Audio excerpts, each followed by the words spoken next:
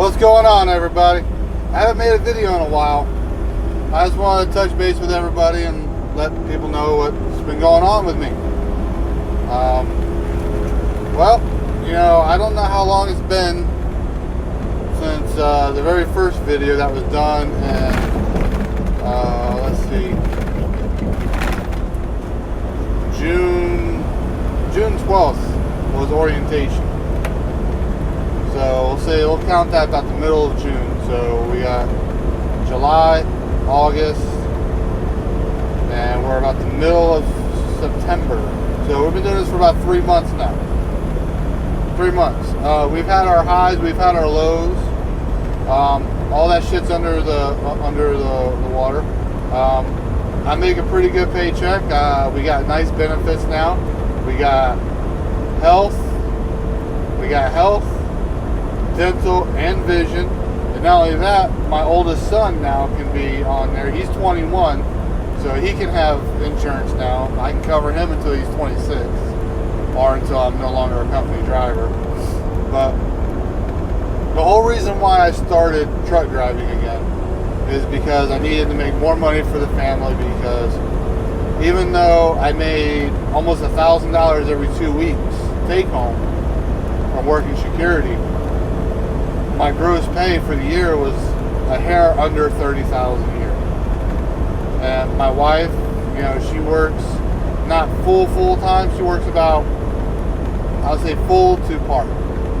So she only brings home between $25,000 to maybe $22,000, depending if her work vehicle breaks down a lot and she misses work.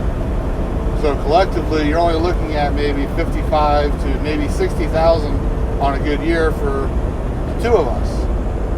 And that sounds like it's good and everything, but when you factor in living expenses like electric, food, extracurricular activities for kids, and, you know, shit breaking around the house,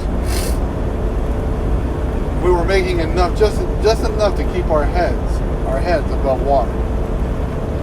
And it was a real struggle, financially, mentally, and physically. I hated my job. Absolutely. In 2 miles, continue straight on to Georgia, Florida. Quiet, Felicia. That's the Qualcomm talking. Yes, I am driving. But,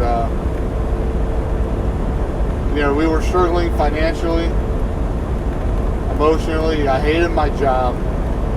I hated waking up every day and going to that shithole and dealing with those fucking idiots. And now, I don't hate my job. I'm happier. I'm less stressed. It's a huge sacrifice, you know, not being home and seeing my wife and my kids as much as I would like. But in the long run, this is what needs to be done for the family. Getting back on point about the money problem, like, for instance, our pool pump went out. And we're like, shit, how much is that going to cost? That costs $450 to fix.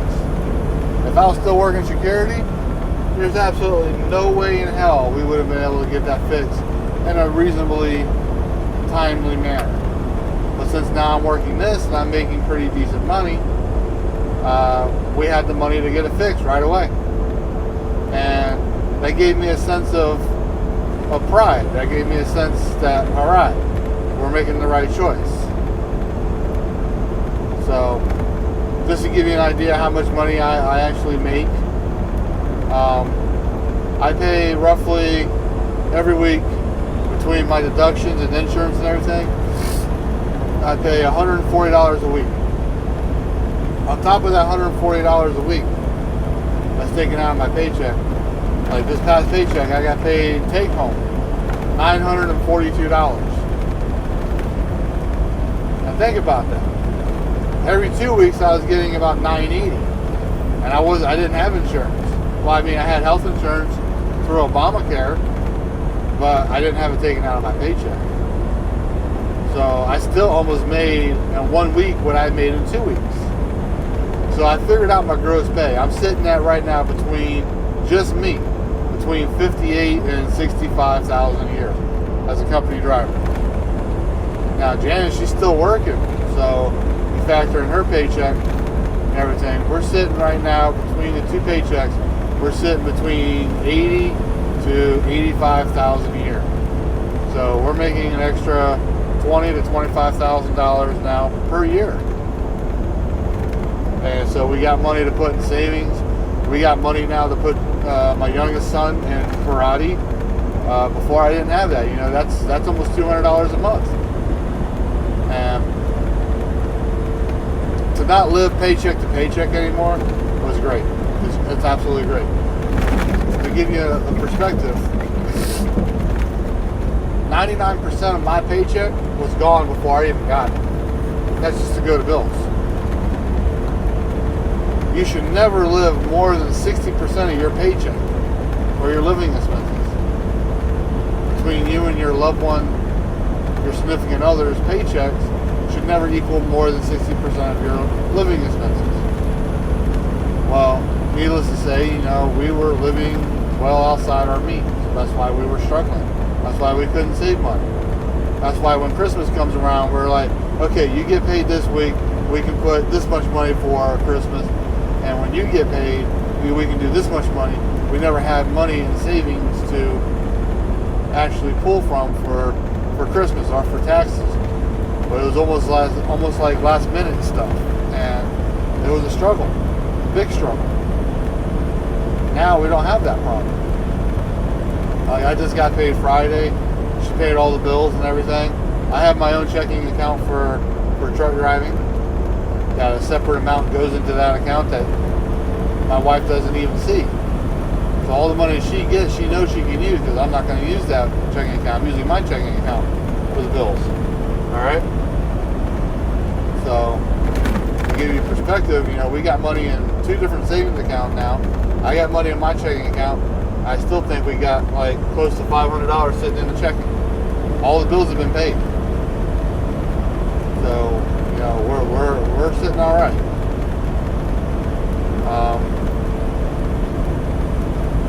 Now, I talked a lot about the positives and how it makes you feel and everything. It does get lonely out here by yourself. It does. You go to bed, you know, at the end of the day, I work 14 hours a day, 6 days a week. You know, I'm away from my family, you know, 3 weeks out of the month. For about 3.5 weeks out of the month. I go home for 3 days at the end of the month. So it's hard on the family. It's not just a sacrifice on my end, but a sacrifice on their end too. In a sense, I live in one state, my family lives in another state. It's tough, but we have a pretty strong family, and me and my wife, we have a very, very strong relationship, and we're making it work. It's working out great. Now, is this something for everybody? No. As time has proven, relationships, marriages have been victimized by the trucking industry. Is there good money to be made out here? Yes, there is. But you have to have a strong foundation for your marriage or for your relationship. And if you can, try to get them out on the truck with you.